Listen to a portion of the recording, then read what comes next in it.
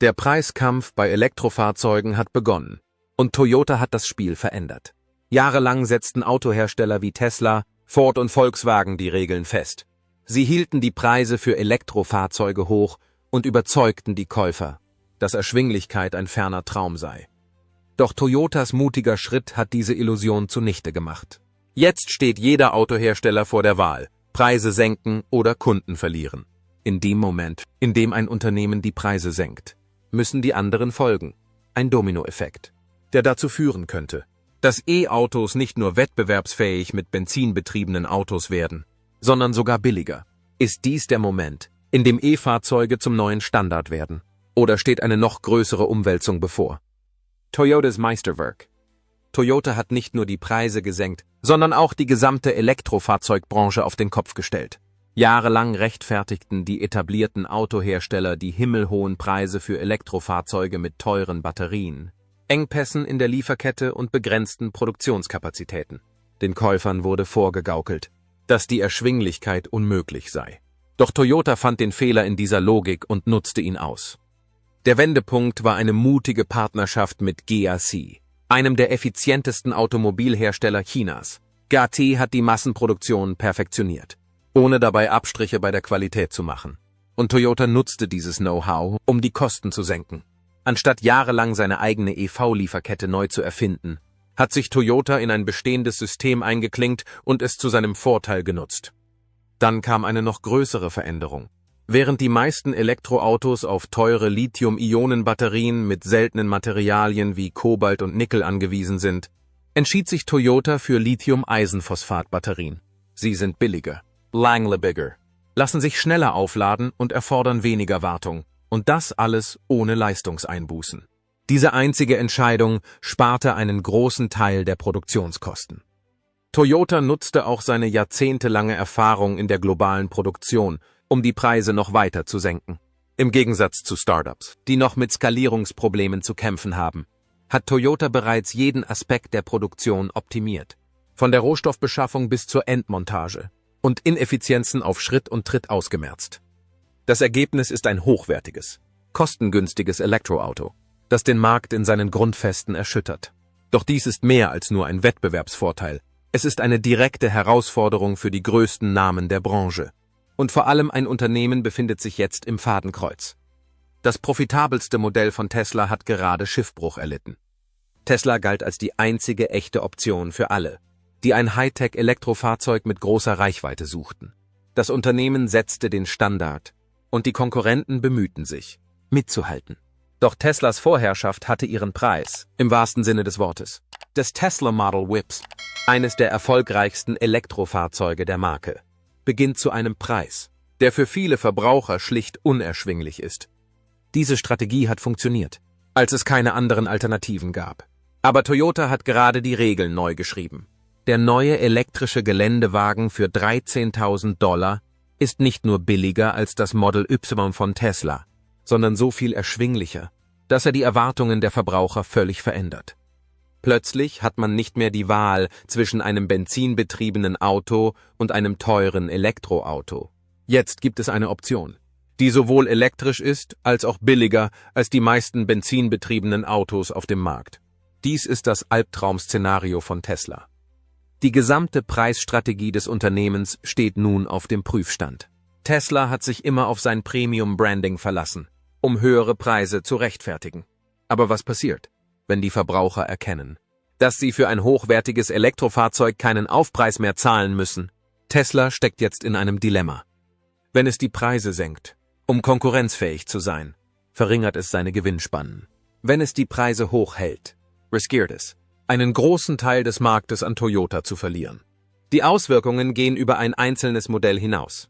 Wenn Toyota einen elektrischen Geländewagen zu diesem Preis anbieten kann, was hindert das Unternehmen daran, die gleiche Kostensenkungsstrategie auch bei künftigen Modellen anzuwenden? Tesla baute sein Imperium auf der Idee auf, dass es die Zukunft des Transports sei.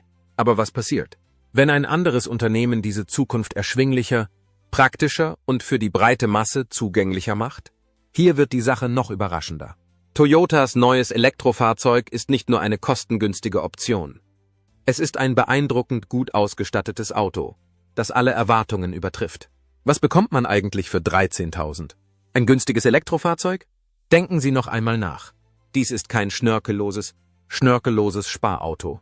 Toyotas neuer elektrischer Geländewagen ist vollgepackt mit Funktionen, die ihn zu einem ernsthaften Konkurrenten machen, selbst gegenüber weitaus teureren Modellen. Der Innenraum ist ein herausragendes Merkmal. Das Armaturenbrett wird von einem riesigen 14 Zoll Touchscreen dominiert, der ein modernes Hightech-Erlebnis bietet, das es mit Elektrofahrzeugen der Oberklasse aufnehmen kann. Der Innenraum ist durchdacht gestaltet, mit hochwertigen Materialien, die sich alles andere als billig anfühlen. Toyota hat sich nicht nur auf die Erschwinglichkeit konzentriert. Das Unternehmen hat ein Fahrzeug gebaut, das die Menschen tatsächlich fahren wollen. Die Leistung ist ebenso beeindruckend.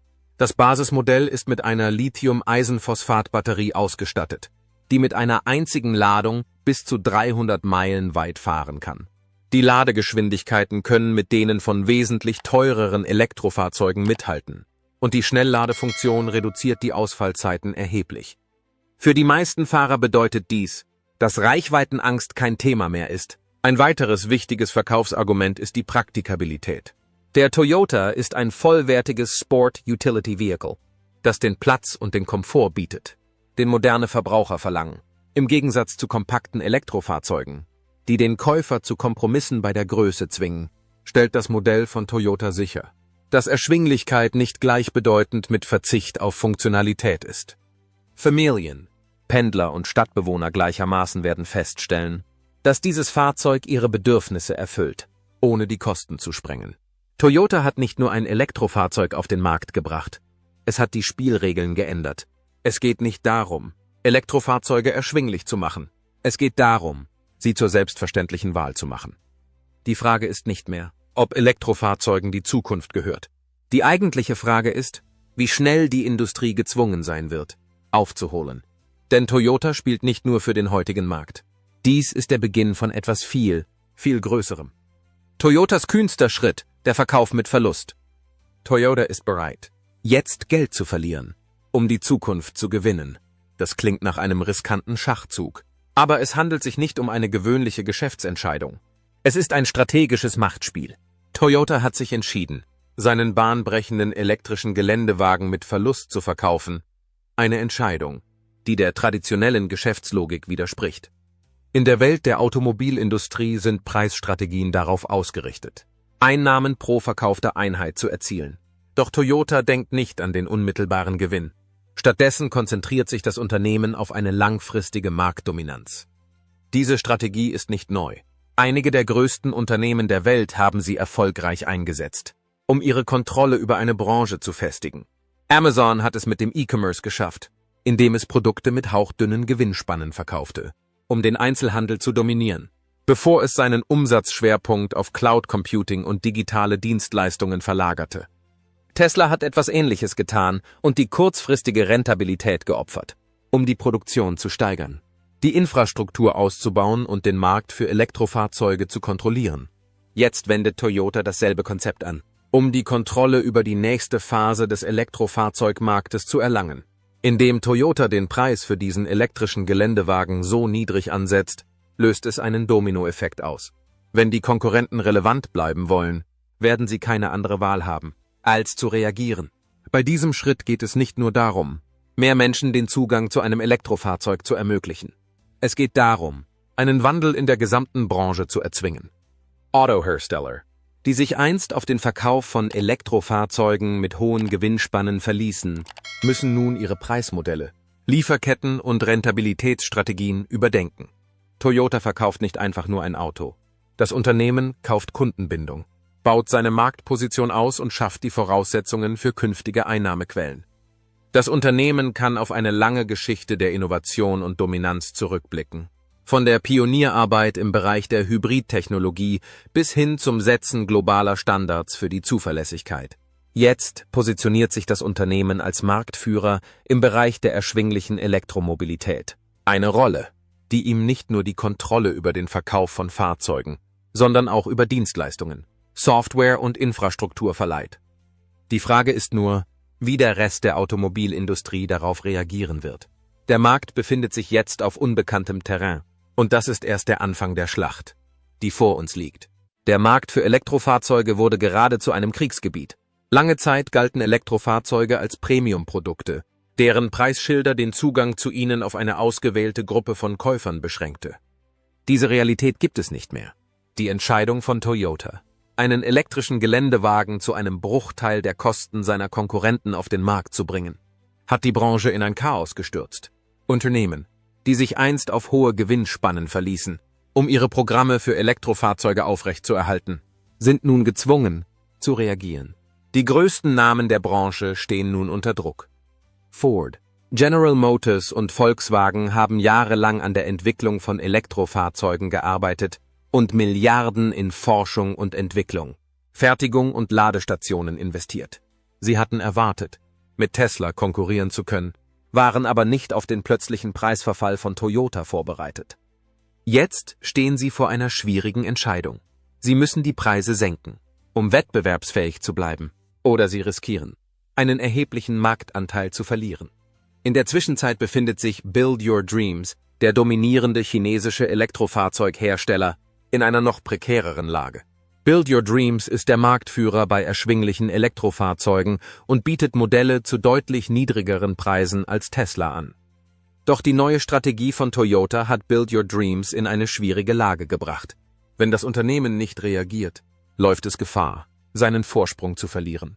Wenn es seine Preise weiter senkt, könnte es seiner eigenen Rentabilität schaden. Jeder Autohersteller ist jetzt mit der gleichen Realität konfrontiert. Elektrofahrzeuge können nicht mehr mit einem Aufschlag versehen werden. Die Illusion, dass Elektroautos teuer sein müssen, hat sich zerschlagen, da immer mehr Unternehmen versuchen, ihre Kosten zu senken und die Preise zu reduzieren. Wird der Preiskampf bei Elektrofahrzeugen eskalieren. Der Wettlauf nach unten hat begonnen, und wer sich nicht anpasst, wird vielleicht nicht überleben. Die Folgen dieses Kampfes gehen jedoch über die Automobilhersteller hinaus. Toyotas Schritt verändert die gesamte Transportbranche und beschleunigt einen Trend, von dem viele dachten, er würde Jahrzehnte dauern.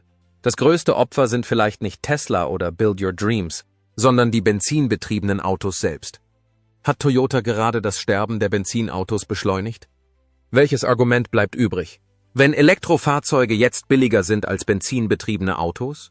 Jahrzehntelang war die Erschwinglichkeit das stärkste Verkaufsargument für benzinbetriebene Fahrzeuge. Sie boten im Vergleich zu Elektrofahrzeugen geringere Anschaffungskosten, sodass sie für die meisten Verbraucher die erste Wahl waren. Während Elektroautos für ihre Effizienz und ihre Umweltfreundlichkeit gelobt wurden, waren sie aufgrund ihres hohen Preises für den Durchschnittskäufer unerschwinglich. Das ist jetzt nicht mehr der Fall. Toyotas neuestes Elektrofahrzeug ist nicht nur ein Konkurrent für High-End-Elektromodelle, sondern auch ein direkter Konkurrent für benzinbetriebene Autos. Bei diesem Preisniveau ist die Entscheidung für ein Elektrofahrzeug jetzt die wirtschaftlichere Entscheidung. Verbraucher, die bisher aus Kostengründen gezögert haben jetzt keinen finanziellen Grund mehr, den Umstieg zu verzögern. Die überholte Vorstellung, dass Elektroautos ein Luxusgut sind, ist offiziell tot. Die Auswirkungen dieses Wandels gehen weit über die Autohäuser hinaus. Die Autoindustrie, die Ölindustrie und sogar die Regierungen werden die Auswirkungen zu spüren bekommen.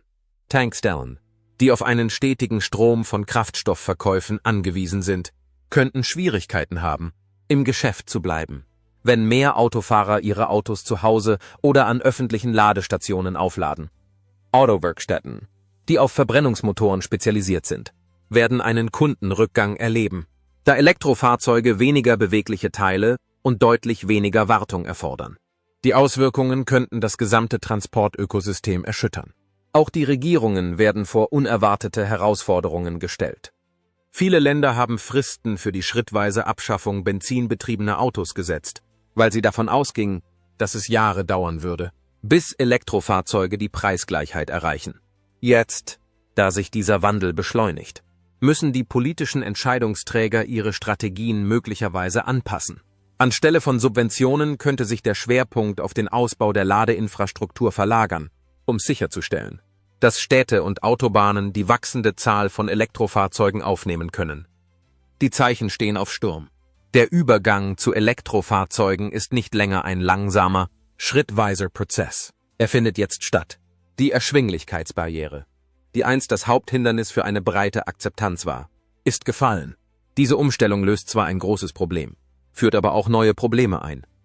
Die rasche Abschaffung der benzinbetriebenen Autos könnte dazu führen, dass die Industrie sich kaum noch anpassen kann, die Arbeitnehmer sich in einer Übergangsphase befinden und die Infrastruktur nicht mehr mithalten kann. Dies ist nicht nur eine neue Ära des Verkehrs, es handelt sich um eine wirtschaftliche und strukturelle Revolution. Die Frage ist nicht mehr, ob sich Elektrofahrzeuge durchsetzen werden, sondern ob die Welt dafür bereit ist. Die Infrastruktur für Elektrofahrzeuge, ein Albtraum, über den niemand spricht. Toyota mag das Problem der Erschwinglichkeit geknackt haben, aber es gibt ein neues Hindernis, das den Fortschritt der elektrischen Revolution aufhalten könnte. Die eigentliche Frage ist nicht mehr, ob sich die Verbraucher Elektrofahrzeuge leisten können. Es geht darum, ob die Infrastruktur mit dem Anstieg der Nachfrage Schritt halten kann. Die Zahl der öffentlichen Ladestationen liegt noch weit hinter dem zurück, was für eine breite Akzeptanz erforderlich ist. Während in den Großstädten die Zahl der Lademöglichkeiten zugenommen hat, fehlt es in vielen Regionen noch an der notwendigen Infrastruktur. Wenn Millionen neuer Elektrofahrzeuge auf den Straßen unterwegs sind, wird es dann genügend Ladestationen geben, um sie zu versorgen. Und, was noch wichtiger ist, werden sie schnell genug sein, um mit den Bedürfnissen der täglichen Autofahrer Schritt zu halten? Toyota denkt bereits voraus. Das Unternehmen hat damit begonnen, Partnerschaften zum Ausbau von Schnellladenetzwerken einzugehen und in neue Ladetechnologie zu investieren. Im Gegensatz zu Tesla, das sein eigenes exklusives Netz aufgebaut hat, arbeitet Toyota mit Drittanbietern zusammen, um ein System zu schaffen, das alle Besitzer von Elektrofahrzeugen unterstützt. Diese Strategie könnte der Schlüssel zur Masseneinführung sein. Doch die Herausforderung ist immens. Der Ausbau der Infrastruktur braucht Zeit. Und ohne ein gut ausgebautes Netz können neue Besitzer von Elektrofahrzeugen durch lange Wartezeiten oder begrenzten Zugang zum Laden frustriert werden. Das Aufladen zu Hause ist ein weiteres großes Problem. Viele potenzielle Käufer leben in Mehrfamilienhäusern, Wohngemeinschaften oder Gegenden, in denen das Laden zu Hause nicht möglich ist. Die Installation von Ladestationen in Wohnkomplexen ist kostspielig und geht nur langsam voran, so dass viele Autofahrer in der Stadt im Nachteil sind. Die Zahl der Ladestationen am Arbeitsplatz ist nach wie vor begrenzt, und viele Autofahrer befürchten, dass sie auf Langstreckenfahrten ohne Ladestation festsitzen. Der Wettlauf um die Lösung dieses Problems hat gerade erst begonnen. Regierungen, Energieunternehmen und Autohersteller müssen zusammenarbeiten, um die für eine breite Akzeptanz notwendige Infrastruktur aufzubauen. Andernfalls könnte sich das Versprechen erschwinglicher Elektrofahrzeuge durch praktische Einschränkungen verzögern und die Begeisterung von Millionen potenzieller Käufer in Frustration umschlagen. Aber es gibt noch einen weiteren wichtigen Faktor. Toyotas Reichweite ist global, und wenn dieses Auto die Branche wirklich erschüttern soll, muss es über einen einzigen Markt hinausgehen. Das wirft die nächste große Frage auf. Wird Toyota diesen elektrischen Geländewagen in die Vereinigten Staaten und nach Europa bringen? Wenn ja, könnte er die Branche völlig verändern. Das Problem in den USA und in Europa: Wird es diesen Geländewagen jemals geben? Nur weil es dieses Auto gibt, heißt das nicht, dass man es auch kaufen kann. Die Markteinführung von Toyotas bahnbrechendem Elektrogeländewagen zu einem erstaunlich niedrigen Preis hat den Markt bereits auf den Kopf gestellt. Aber es gibt noch eine große Hürde. Während dieses Fahrzeug die Automobilindustrie in bestimmten Regionen aufrütteln wird, ist es ein ganz anderes Unterfangen, es in den USA und in Europa an den Mann zu bringen. Die Hindernisse sind ein Geflecht aus komplexen behördlichen Anforderungen, Sicherheitsstandards und politischen Hindernissen, die Toyota überwinden muss, bevor das Fahrzeug weltweit zum Einsatz kommen kann. Die behördliche Zulassung ist die erste und unmittelbarste Herausforderung. Im Gegensatz zu Märkten mit weniger Beschränkungen gelten sowohl in den USA als auch in Europa strenge Crash-Test-Anforderungen, die jedes neue Modell erfüllen muss. Diese Tests umfassen Hochgeschwindigkeitskollisionen, Fußgänger-Sicherheitsbewertungen und strukturelle Integritätsprüfungen, um sicherzustellen, dass die Fahrzeuge den höchsten Sicherheitsstandards entsprechen. Toyota kann zwar auf eine lange Erfolgsgeschichte bei der Entwicklung sicherer Autos zurückblicken, doch die Anpassung eines Fahrzeugs, das für einen anderen Markt gebaut wurde, an diese Gesetze ist keine leichte Aufgabe. Das Unternehmen muss möglicherweise strukturelle Komponenten verstärken, Airbag-Auslösesysteme anpassen und sogar den Batterieschutz des Fahrzeugs ändern, um die strengen Sicherheitsprotokolle dieser Regionen zu erfüllen. Neben den Sicherheitsaspekten sind Zölle und handelspolitische Maßnahmen ein weiterer komplexer Faktor. In den USA stellen die Einfuhrzölle auf im Ausland gefertigte Elektrofahrzeuge eine erhebliche Kostenbarriere dar. Würde Toyota dieses Fahrzeug von seinen derzeitigen Produktionsstätten aus ausliefern, könnte sich der Preis drastisch erhöhen, wodurch das Fahrzeug weniger wettbewerbsfähig wäre. Eine Möglichkeit zur Umgehung dieses Problems wäre die Produktion im eigenen Land. Aber der Aufbau neuer oder die Umrüstung bestehender Produktionsanlagen erfordert hohe Investitionen und viel Zeit. Der europäische Markt wirft ähnliche Probleme auf, da Toyota aufgrund von Einfuhrsteuern und Emissionsvorschriften gezwungen sein könnte, das Design des Fahrzeugs anzupassen oder höhere Kosten in Kauf zu nehmen. Hinzu kommen die Anreize, die Regierungen für die Einführung von Elektrofahrzeugen bieten. Während Käufer in bestimmten Regionen in den Genuss erheblicher Steuergutschriften oder Nachlässe kommen, ist das Modell von Toyota möglicherweise nicht automatisch qualifiziert. Einige Länder bevorzugen lokale Hersteller oder verlangen bestimmte Batteriezusammensetzungen, um Anreize zu erhalten. Das bedeutet, dass Toyota eng mit den politischen Entscheidungsträgern zusammenarbeiten muss, um sicherzustellen, dass sein Fahrzeug die notwendigen Kriterien erfüllt, um bezahlbar zu bleiben. Die Herausforderung für Toyota könnte aber auch ganz und gar nicht von der Regierung kommen. Das liegt an den Erwartungen der Verbraucher. Der nordamerikanische und der europäische Markt verlangen mehr als nur Erschwinglichkeit. Sie erwarten ein höheres Niveau an Raffinesse, Technologie und Reichweite. Obwohl dieses Sport-Utility-Vehicle in seinem Preis bahnbrechend ist, benötigt es möglicherweise zusätzliche Funktionen, um ein westliches Publikum anzusprechen. Das könnte eine größere Reichweite, verbesserte Infotainment-Systeme und erweiterte Fahrerassistenztechnologien bedeuten. All diese Anpassungen erfordern Zeit, Geld und eine heikle Gratwanderung, um die Erschwinglichkeit zu erhalten, die dieses Fahrzeug so revolutionär macht. Doch wenn Toyota diese Hindernisse überwinden kann, sind die potenziellen Vorteile enorm. Das Unternehmen könnte den Markt für Elektrofahrzeuge der Einstiegsklasse in der westlichen Welt neu definieren und die Wettbewerber zwingen, zu reagieren. Aber die eigentliche Schockwelle würde nicht nur die Autohersteller treffen, sondern den gesamten Gebrauchtwagenmarkt. Der Gebrauchtwagenmarkt steht kurz vor dem Zusammenbruch. Dieser Wandel wird die Grundfesten von Autohäusern, Autovermietungen und sogar privaten Verkäufern erschüttern, die sich auf Gebrauchtwagen als zuverlässige Einnahmequelle verlassen. Wenn Käufer jetzt ein brandneues, voll elektrisches, technologisch fortschrittliches Sport-Utility-Vehicle zu einem Preis kaufen können, der unter dem vieler gebrauchter Benzinfahrzeuge liegt, warum sollten sie sich dann mit einem älteren, weniger effizienten Modell zufrieden geben? Die Auswirkungen könnten gewaltig sein. Die ersten Opfer sind die traditionellen Autohäuser. Jahrelang waren Gebrauchtwagenhändler erfolgreich, weil sie preisbewussten Käufern billigere Alternativen zu Neufahrzeugen boten. Doch jetzt verschwindet dieser Vorteil. Wenn ein gebrauchtes benzinbetriebenes Fahrzeug von vor ein paar Jahren genauso viel oder mehr kostet als ein brandneues Elektrofahrzeug, könnte die Nachfrage nach älteren Modellen einbrechen. Die Händler könnten gezwungen sein, die Preise drastisch zu senken, nur um ihre Bestände abzusetzen, was ihre ohnehin schon knappen Gewinnspannen schmälern würde. Auch für Mietwagenflotten könnte es zu Unterbrechungen kommen.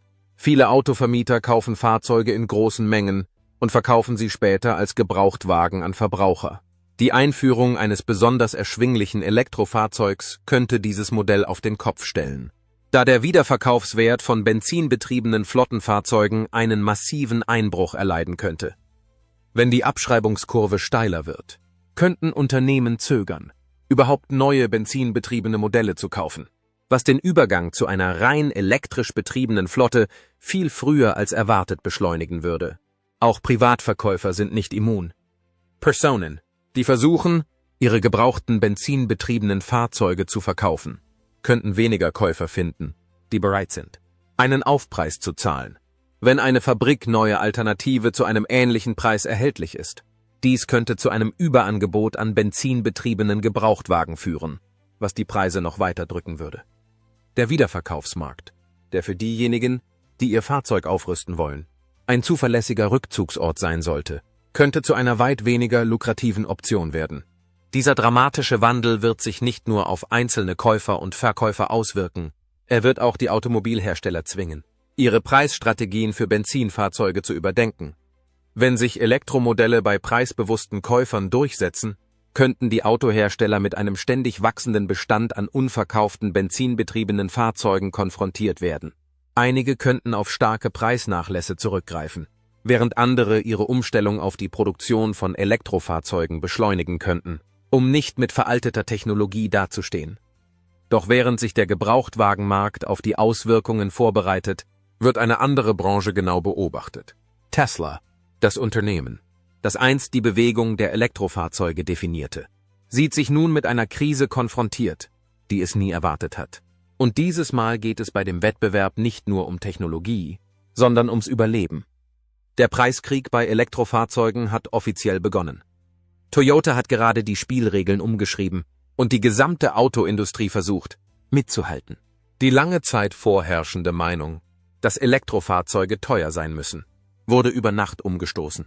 Plötzlich finden sich die Autohersteller in einem Preiskampf wieder, mit dem sie nicht gerechnet haben. Und viele sind auf den Kampf nicht vorbereitet. Verbraucher, die früher vor den hohen Kosten für Elektroautos zurückgeschreckt sind, sehen sie jetzt als die klügere und erschwinglichere Wahl. In der Zwischenzeit sehen sich Hersteller, die auf Premium-Preismodelle setzen, mit einer brutalen Realität konfrontiert, Preise senken oder Kunden verlieren. Der Druck wächst. Und die ersten Anzeichen von Panik sind bereits zu erkennen. Ford, General Motors und Volkswagen haben jahrelang an ihren EV-Strategien gefeilt. Aber keiner von ihnen hat damit gerechnet, dass ein preiswerter Konkurrent so bald auftauchen würde.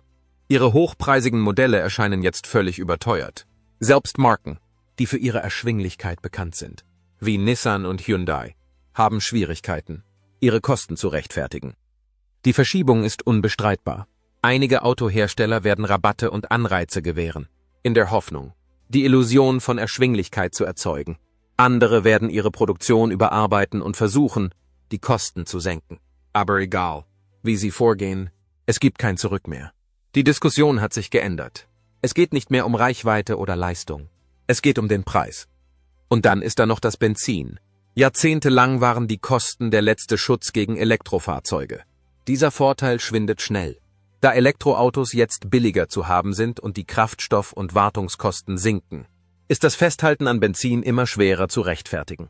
Einige Autohersteller reduzieren bereits die Produktion von Verbrennungsmotoren, um sich auf das Unvermeidliche vorzubereiten. Andere klammern sich an alte Modelle und hoffen, dass der Wandel langsam kommt. Aber die Geschichte wartet nicht. Industrien verändern sich nicht allmählich, sie brechen plötzlich zusammen. Toyota hat nicht nur ein neues Auto auf den Markt gebracht, es hat die gesamte Branche gezwungen, ihr Überleben zu überdenken. Und sie sind nicht die einzigen. Die chinesischen Autohersteller haben auf diesen Moment gewartet und sind bereit, die Preise noch weiter zu senken. Die eigentliche Schlacht beginnt erst jetzt. Wer wird sich anpassen? Und wer wird bei der größten Umwälzung des Jahrhunderts auf der Strecke bleiben? Lassen Sie uns in den Kommentaren wissen, was Sie denken. Wenn Sie diese Aufschlüsselung aufschlussreich fanden, vergessen Sie nicht, dieses Video zu liken und zu abonnieren, um weitere Updates zu den größten Veränderungen in der Welt der Automobilindustrie zu erhalten. Vielen Dank fürs Anschauen und wir sehen uns im nächsten Video wieder.